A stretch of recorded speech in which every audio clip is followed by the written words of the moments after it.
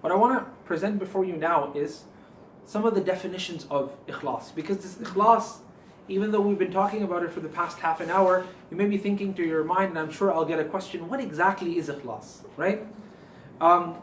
So there are many attempts that scholars in the past have done, and that people of tazkiyah in the past have done, to try to explain what this ikhlas is. Because sometimes people actually have the wrong understanding of ikhlas, and then they end up doing something that is actually against ikhlas. I'll explain how in a little while, inshallah.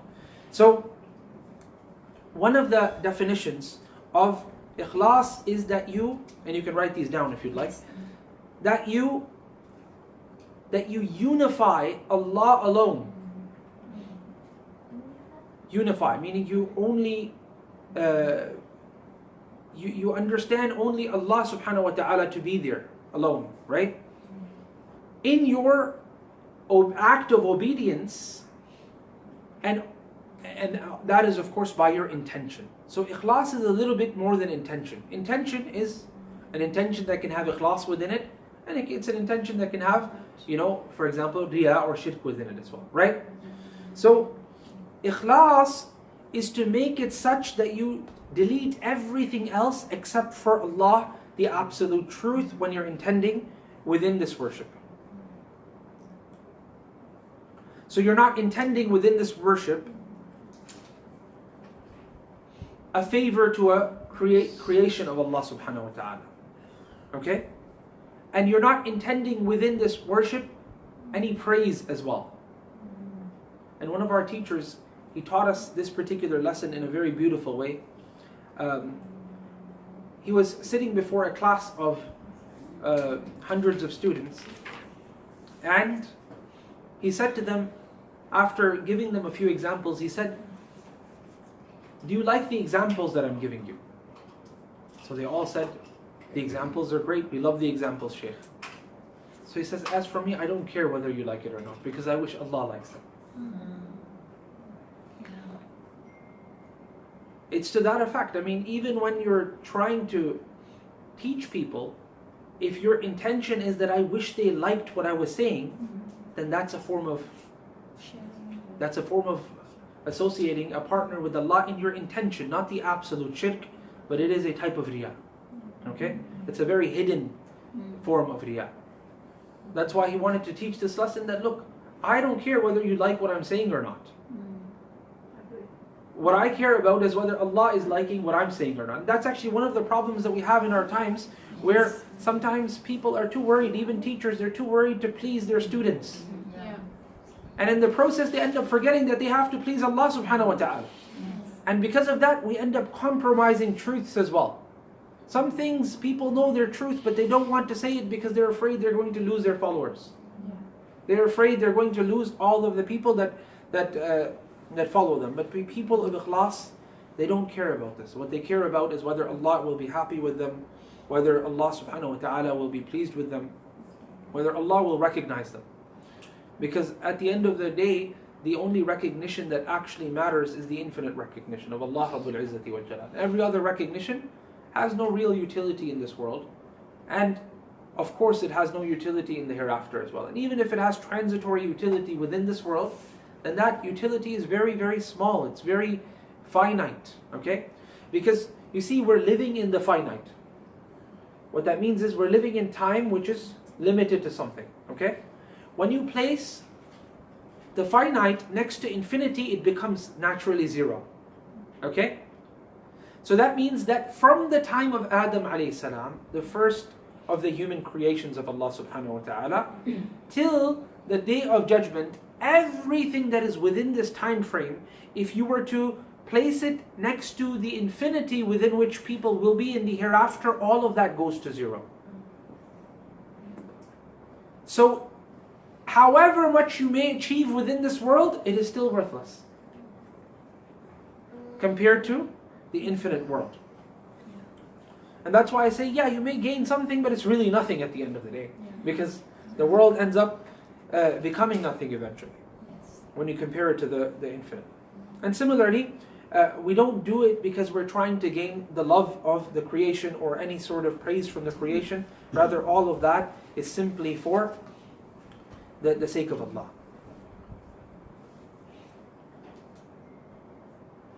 Another definition, and I'm going to give multiple definitions because sometimes we cannot word ourselves in one way. Multiple definitions grant us a better picture of what we're talking about.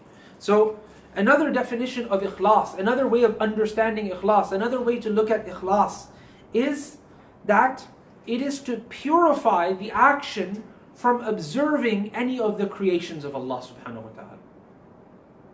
It's to purify the action from observing any of the creations of Allah subhanahu wa ta'ala. Meaning that you're not at all concerned about what people are going to think. Neither good nor bad. And that's very important. You're neither concerned about whether they're going to think good of you, nor are you very overly concerned about whether they're going to think bad of you. Now, of course, in Islam, from another angle, we should also protect our honors. So we should be concerned of that. But because of that, we cannot compromise the truth. Okay? We cannot compromise the truth, but we can clarify at times. Okay? For instance, I'll give you an example. Safiya was the wife of Rasulullah sallallahu alaihi wasallam. He was out at night with his wife, Safiya. Now, the Prophet out at night with a woman, some people might think evil of him, right? So he didn't decide to just stay home. Rather, he was out at night with his wife. And he has the opportunity, he has the liberty to do that, sallallahu alaihi wasallam. But he didn't compromise that. But when he saw people walking a little bit fast, he wanted to cut the door of shaitan, even though they wouldn't have evil thoughts about the Prophet ﷺ. This is the Prophet. So the Prophet ﷺ said, "Ala rislikuma innaha Safiya." Hang on, guys, this is just Safiya. Okay? So the two Sahaba, they looked at the Prophet ﷺ, said, "Ala mithlika ya Rasulullah." We're going to have doubts about you, O Prophet of Allah sallallahu alaihi wasallam. So the Prophet ﷺ said, it wasn't that I was afraid that you will have doubts, but shaitan flows in the veins of the children of Adam like blood. Okay?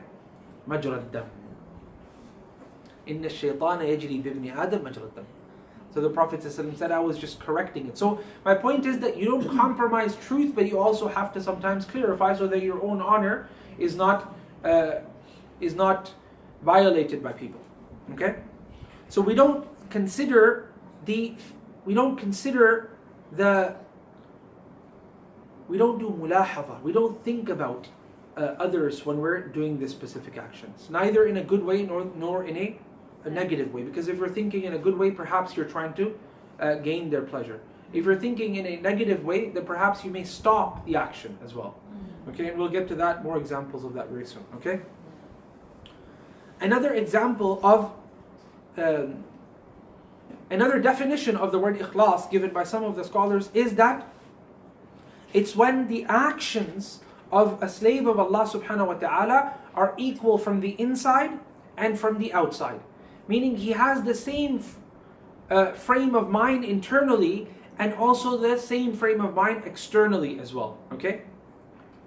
Now, sometimes when a person happens to be praying in a public space and there's people that are watching them, there's sometimes a different frame of mind internally and there's a different frame of mind externally. And the proof of that is that some people in their private space, they don't pray all the sunan, but when they're outside, they're praying all of the sunan and everything, and all the adhkar are coming out. And that's why I said earlier that we've gotten past the trying to help people, because if we were trying to help people, then we would be helping ourselves in private space as well. Okay? But some people, they don't do these actions in privacy, but as soon as they're in public, then all of the extras are coming out. The maghrib comes with the sunan, and then if you don't do the sunnah, you even think to yourself, what is he going to think of me? What is she going to think of me? Right? That is a form of riyah. Because your internal state and your external state is not the same. So, Dhunnun al-Masri, one of the famous scholars of Tazkiyah, he would say that there are 3 different signs of ikhlas within a person. Okay? You can write these 3 signs down. Okay? The first sign is that praise and dispraise becomes even within his mind. Praise and dispraise becomes even within his mind. He's not affected by dispraise. And he's not affected by praise as well. He's not affected when people end up saying, oh, this person didn't pray his sunnah today. When I was at the masjid, I saw they quickly ran after salah, they didn't do adhkar and this and that. That's not going to be a reason for them to do it. Because there is no mulahadatul khalq, there's no concern of the creation, there's only the concern of Allah subhanahu wa ta'ala. So you're not worried about whether people are going to say this about you negatively or that positively as well. Oh, subhanallah, I saw fulana today and her hijab was so perfect, mashallah. You know, it was covered more than she even had to cover, subhanallah. She's so pious in this regard. And that doesn't matter. طيب, I saw fulana, she used to wear niqab and now she's taking it off, man. Subhanallah. Are you afraid that you're going to wear this and people are going to talk about you? Are you afraid you're going to take it off and people are going to talk about you? Then you're concerned about the creation of Allah subhanahu wa ta'ala. Then that means there's a lack of ikhlas. No, but I'm concerned people talk in society. No, you're concerned and that means you don't have ikhlas.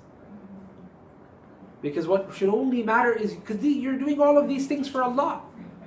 So if they're solely and wholly for Allah, it doesn't matter what people will say, whether you took it off or you put it on, whether your hijab was tilted or whether it wasn't and people had to say, doesn't matter to you. What matters is whether Allah is going to be happy with the way you're dressed, whether Allah will be pleased with the way you're presenting yourself. So that becomes even. The dam and the madh, the praise and the dispraise, all of them become even in the sight of the individual. Okay? Similarly, the person stops thinking about the action in his action. What does that mean? The person stops thinking of the fact that he or she is doing. Because remember, we said taufiq is the khalqu qudrat al-ta'ah. It's the creation of Allah, the capability within the slave of his to do the deed. So you come to a realization that Allah is enabling me for me to be able to do this. You stop thinking about, I did this, I did that, But every time, even when you speak, it's on your tongue, you say, Alhamdulillah, Allah gave me the taufiq to do this. Alhamdulillah, Allah gave me the ability for me to do this. Wallahi, if you don't have tawfiq, then even the actions that you do, they will act against you. إِذَا لَمْ يَكُنْ عَوْنٌ مِّنَ اللَّهِ لِلْفَتَى فَأَوَّلُ مَا يَجْنِي عَلَيْهِ اجْتِهَادُهُ. As a poet says, that if Allah does not give tawfiq to a person, then the first thing that ends up affecting him negatively is his own actions. And is her own actions. So that very action may start acting against you, but it was the tawfiq of Allah that allowed you and enabled you to do this. So you forget the fact that you acted within your own actions. Even though you are acting, but you start remembering that Allah is the one who's enabling me to do these actions. And that you seek the reward for your actions within your afterlife. Okay? I was watching a documentary a few months ago, and not even, actually it was a few weeks ago, and it was this. I don't know the person's intention, but this was documented, meaning whoever was filming the documentary, they ended up recording this, and I don't think the individual was aware that he's being recorded at this moment. Okay, so he was getting into a taxi in a Muslim country. It wasn't Malaysia, it was another country.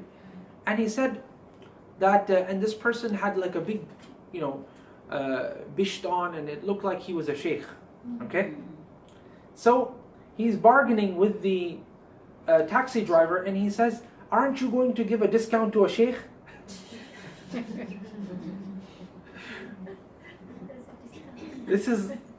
He's trying to seek this reward within this world.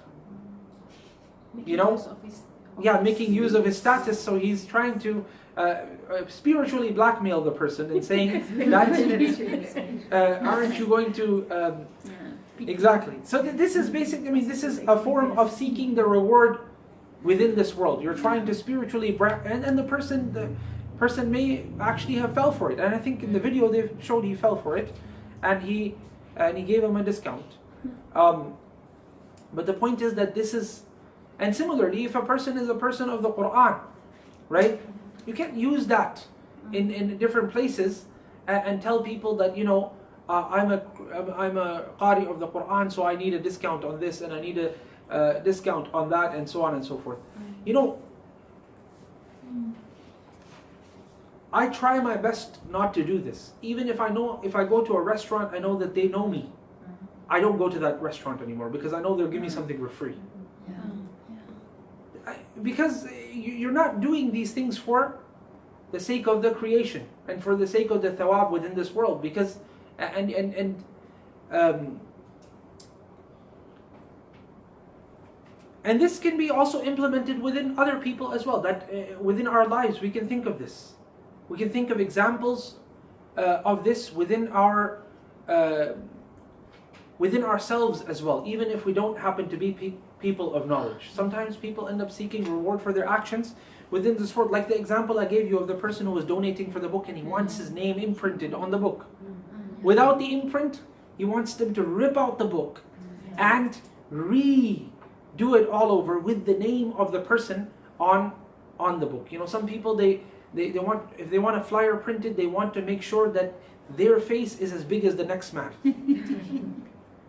They make a complaint, they say, you know, why is this person, what do they have that I don't have, because of which their face is bigger on the flyer?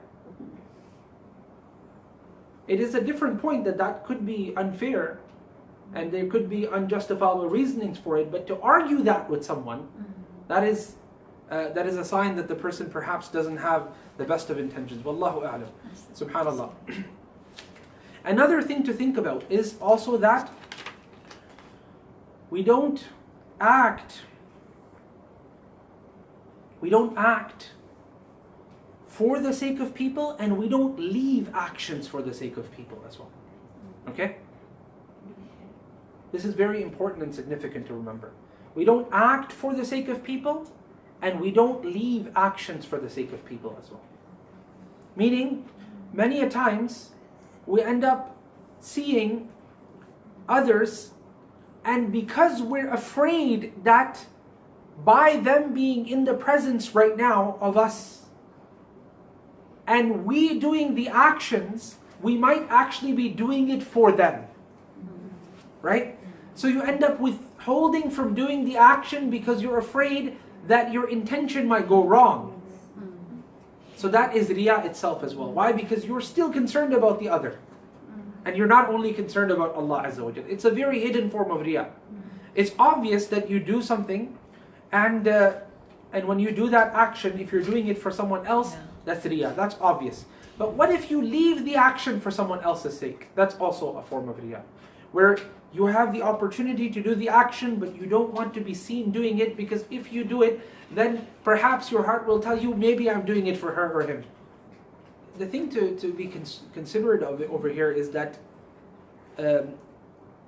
when it comes to ritualistic acts of Islam, i.e. those acts which are considered virtuous within Islam, directly virtuous, meaning like the Quran, like Salah, like Zakat, these you only have one intention that you can make, and that is Allah subhanahu wa ta'ala.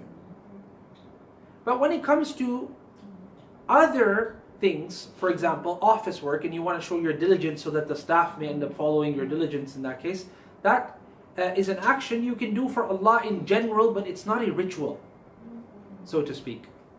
We have to always be considerate of this difference between ritualistic acts and acts which are not ritualistic. Okay? So, like mu'amalat, but some mu'amalat can also be ritualistic as well. But generally speaking, most of the mu'amalat are not considered ritualistic. Okay? So, when we are dealing with these rituals, they are for Allah and Allah alone. Okay? But when it comes to your other affairs at your work, at your office, at your school, or so on and so forth, of course you're going to lead by example if you happen to be a leader. That's not going to be shirk. That's not going to be, for example, associating a partner in your intention, because you don't actually have to have an intention for Allah in that action. Were you to have it, you would get extra reward. But it won't be a ritualistic act of worship. You will get reward because you try to, like for example, sleeping, is it a ritual? No. But if you have an intention, then you get reward for your sleep. Similarly, going to work And running a business, it's not a ritual, but if you have a good intention, you'll get reward for it. When it comes to ritualistic acts, you cannot have any intention except for Allah. They have to be for Allah. Okay? Occasionally, you can mix other intentions, but not people's hearts. You can have other intentions. For example, while you're making wudu, you can have the niyyah of wudu, and simultaneously it's a hot day, you want to feel a little bit cool with the water. No problem. Okay? But now if we were to have wudu, and along with your wudu, I also want to, by the way, show them that, I always stay in wudu every time I come out of the bathroom. That's a sin. That's a major sin. Whereas if you had another intention, which is just between you and yourself, that I'm going to be, it's going to cool me down, and so I have a headache, and when I put water on my head, it cools me down a little bit, I feel better. No problem, you can have this intention, and you can have the intention of wudu as well. You're going for Hajj, it's a ritual, you're going simply for Allah. But when you're going there, you also know that Hajj is an opportunity, depending on which type of package you get, to meet different people and increase your international network and so forth. You're not going to get a sin for that. But if you have in your intention of Hajj, it's going to be an opportunity for me to take a picture of the Kaaba, and then my social media likes will go up.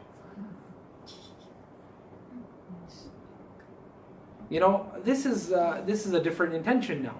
So in short, can we safely say, whenever you have that feeling of not doing good, say, another class or talk or something, whatever, charity, the minute you have that feeling of that, these people is always just, certain people are talking behind your back, hasad, whatever. Yeah. The minute you feel it, you just do it. You more so to do it, rather than to not do it, so that you don't get drama from people, right? Because we are always surrounded by drama. That give me an example of a talk, like any charity work or talk. So you're afraid that when you start doing charity work, people will say, "Oh, she's doing this now," like that? Something like that. I don't understand this example. Why would people say such things? There are plenty of people like that. I know. Okay. So then you wanna lay low, something like that sort of thing. But then that's also that's deception. Because now you're too concerned about people. So that's also a form of riya, as Fudail ibn Iyad explained. So the minute you feel like that, you should just do it. You should just do it. Do it. Yeah. You just have to look. You just have to know that the action that you're doing is positive, and then you do it. Yeah. Okay.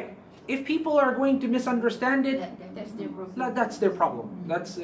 And eventually Allah will open the hearts of the people, because they will see that you're continuously working and you're doing for the sake of Allah subhanahu wa ta'ala. People misunderstand, they don't misunderstand, that's up to them. That's not something that you can handle or control or so on and so forth, right?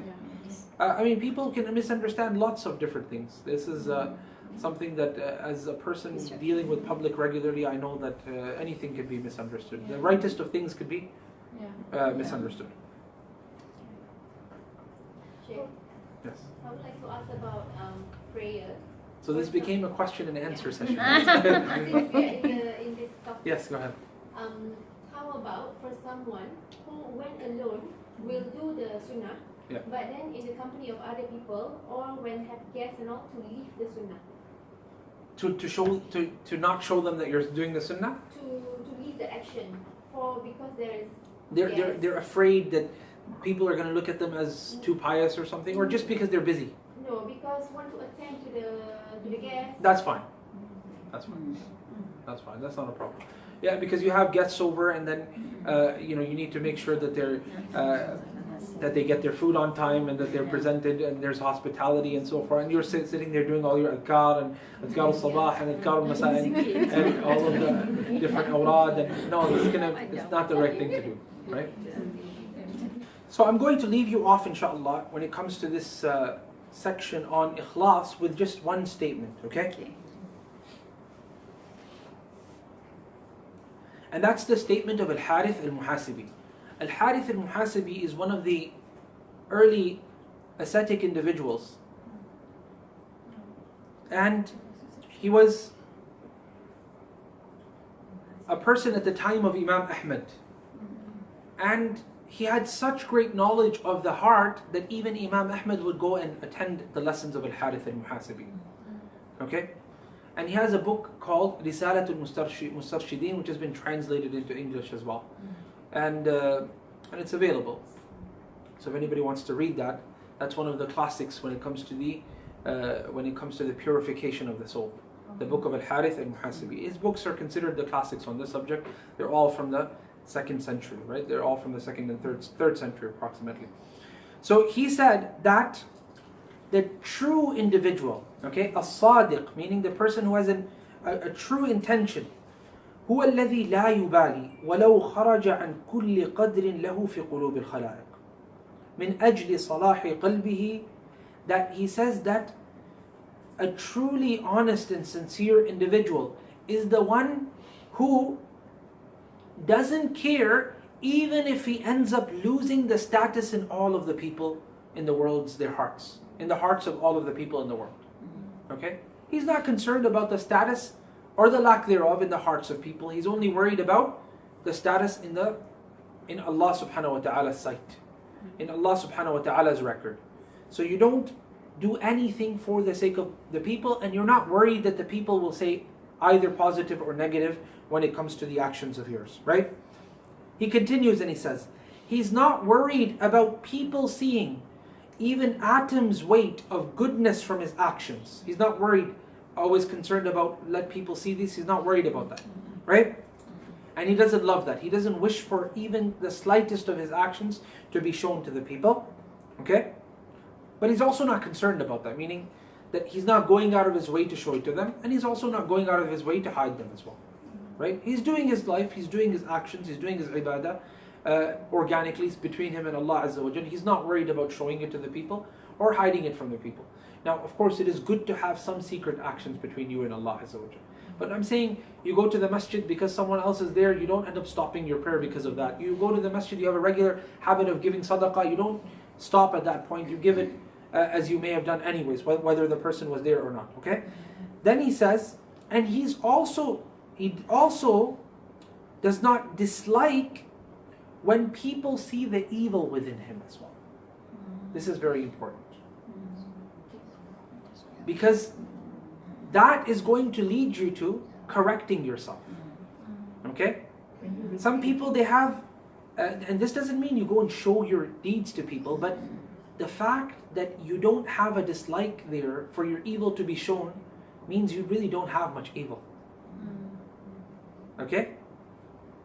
I think they miss the do not dislike, they miss the do not, and he does not dislike that people end up finding out of the evil actions of his. So he's not searching for his positive deeds and his good deeds to be publicized, and he's not searching for his evil deeds to be hidden from the people, okay?